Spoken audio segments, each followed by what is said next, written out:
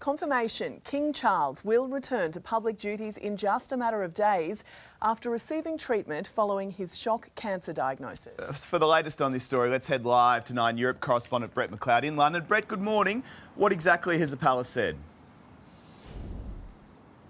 Clint and Jane, good morning. I've got a full statement from the palace, but really nothing could tell you more than the photo which accompanied it.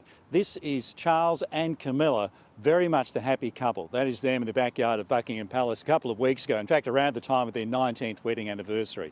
But that was released to coincide with this statement, which is full of good news about King Charles. It says the King will shortly return to public-facing duties after a period of treatment and recuperation following his recent cancer diagnosis. And to help mark this milestone, the King and Queen will make a joint visit to a cancer treatment centre next Tuesday, where they'll meet medical specialists and patients. Charles will now have very much a first-hand knowledge about what that's like. This will be the first in a number of external engagements in the weeks ahead. In addition, the King and Queen will host the Emperor and Empress of Japan for a state visit in June. And as the first anniversary of the coronation approaches, Their Majesties remain deeply grateful for the many kindnesses and good wishes they have received from around the world through the joys and challenges of the past year. Of course, that includes not only Charles' cancer diagnosis, but the news that his daughter-in-law, Kate, is also receiving treatment for cancer. So that is good, but what this statement doesn't do is say that Charles is clear of cancer. In fact, they say he's still getting treatment for cancer. Doctors are very pleased about his progress so far, but what he does now is returning to public duties will be taken on a case-by-case basis. So we're not sure whether he'll be back for Trooping the Colour here in June. I know he'd like to be at the D-Day anniversary. He's made that clear on the 6th of June in the 80th anniversary. And of course, further down the track, will he go to Australia, as has been anticipated? That's all still to come.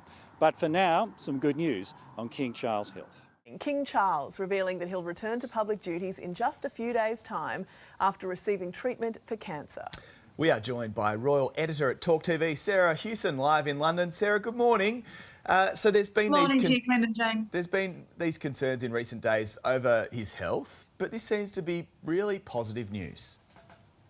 Yes, some much needed good news for the royal family, isn't it? It's coming up to 12 weeks since the King revealed he'd been diagnosed with cancer, and today we've heard that he is going to be returning to public-facing duties, and that's coming up next week. So some really good news. I think that's really reassuring. We're told that his doctors are encouraged by the way in which he's responding to the treatment, and so they've decided that he can get out and about again. He's still been working, of course, during the past 3 months, but very much confined to barracks, if you like, kept behind closed doors at Buckingham Palace and Clarence House, going through those state papers, not getting out there in the public. The late Queen's mantra of needing to be seen to be believed, he hasn't been able to do that. We got a rare glimpse of that and a suggestion of what was to come at Easter. The pictures you're seeing now of him on Easter Sunday doing a walkabout. That was his first contact with members of the public for a really long time, and I think he will be absolutely delighted to have been given the green light to get back out again. Well, fittingly, Charles and Camilla have chosen to visit a cancer centre next week for that first official public duty in months. What else can we expect in the near future?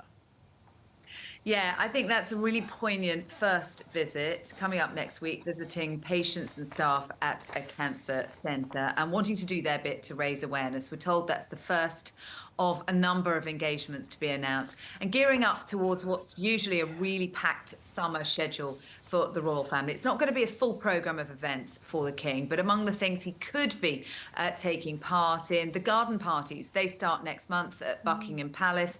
There is, of course, his birthday parade, Trooping the Colour. There's the Garter ceremony that takes place at Windsor. There's Royal Ascot. Before that, of course, there's the 80th anniversary of D-Day, big events to commemorate that. And looking a little bit further ahead, overseas tours still potentially in the diary, due to be going to Samoa for the Commonwealth Heads of Government meeting, and of course coming to Australia. And there's an incoming state visit as well. They're going to be welcoming the Emperor and Empress of Japan in late June. Okay. So it sounds like things are slowly returning to normal, right? But Sarah, it's worth noting that he is still undergoing treatment.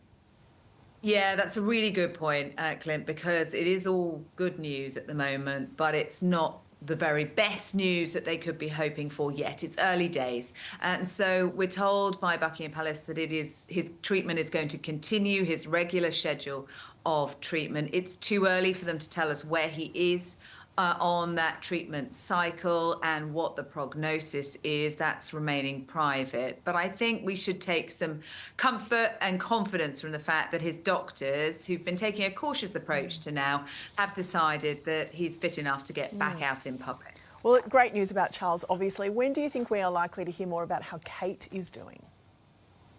Yeah, really good question. We just don't know. And we've been told, of course, after those weeks of febrile speculation about her, that they're just not going to say anything. They're not going to be giving a running commentary. We know that she's receiving preventative chemotherapy now. They went off to their Norfolk home over the Easter holidays with the children.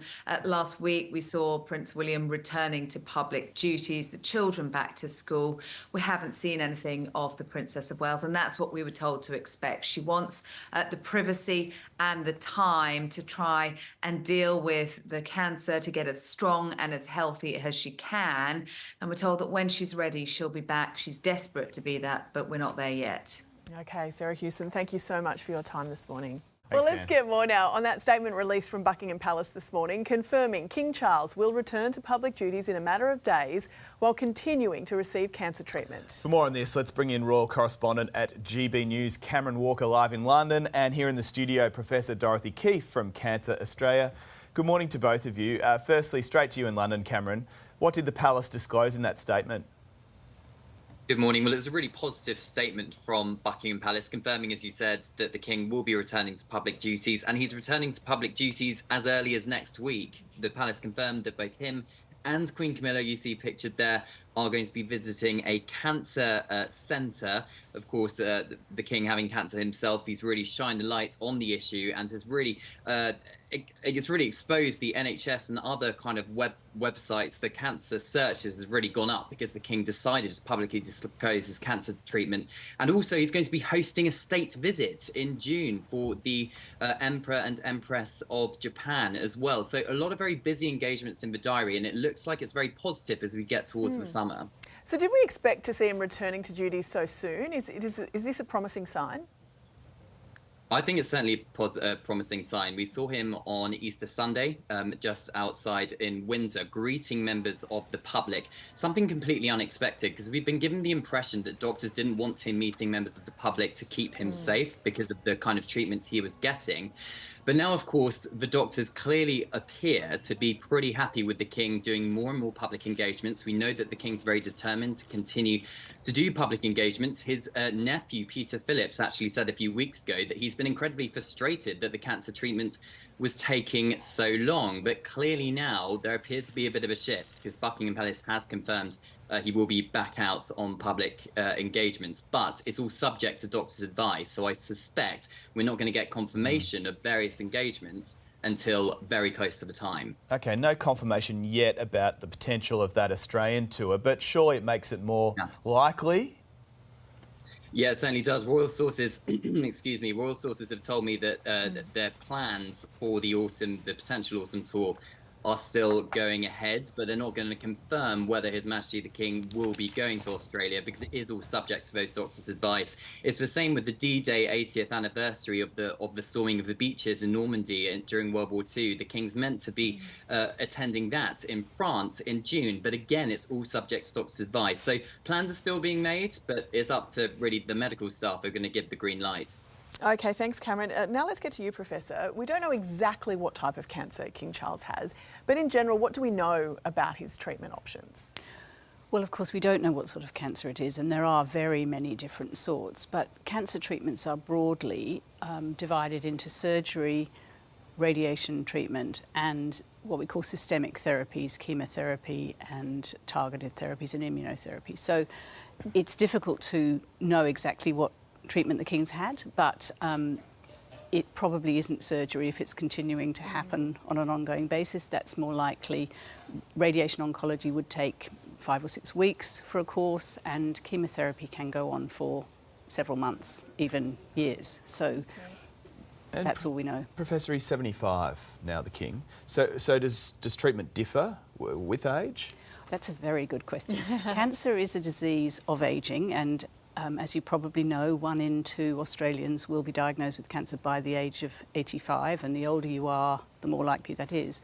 But actually, it turns out that older people respond to treatment just as well, if not better, than younger people.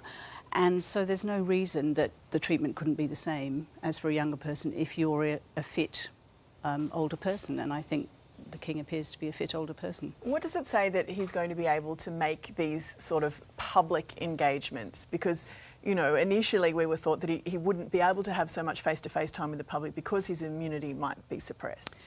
Well, I think you have to sort of put it in context of what it's like for everybody. The diagnosis of cancer is a shock. There's no doubt about that for everyone. How people respond to it is different. How people respond to treatment is different. But you know, the 165,000 people diagnosed in Australia this year did not all isolate themselves from their lives. And people tend to return to work at a time that suits them. Everyone's a bit different and we have to take that into account, but people do want to live their ordinary, normal lives when they have a cancer diagnosis, because you don't want it to change everything and take away your ability to be yourself. Absolutely. Professor Keefe, thanks so much. And Cam Walker as well, in London live for us. Thank you. Hey there, Today fans. Sarah and... What's my name again? Oh my God, Carl. Hey, thanks for watching our YouTube channel, though. Subscribe now for more news, special reports and amazing Aussie stories. And Carl misbehaving, Whoa, of course. that never happens. Always happens. What's she talking about?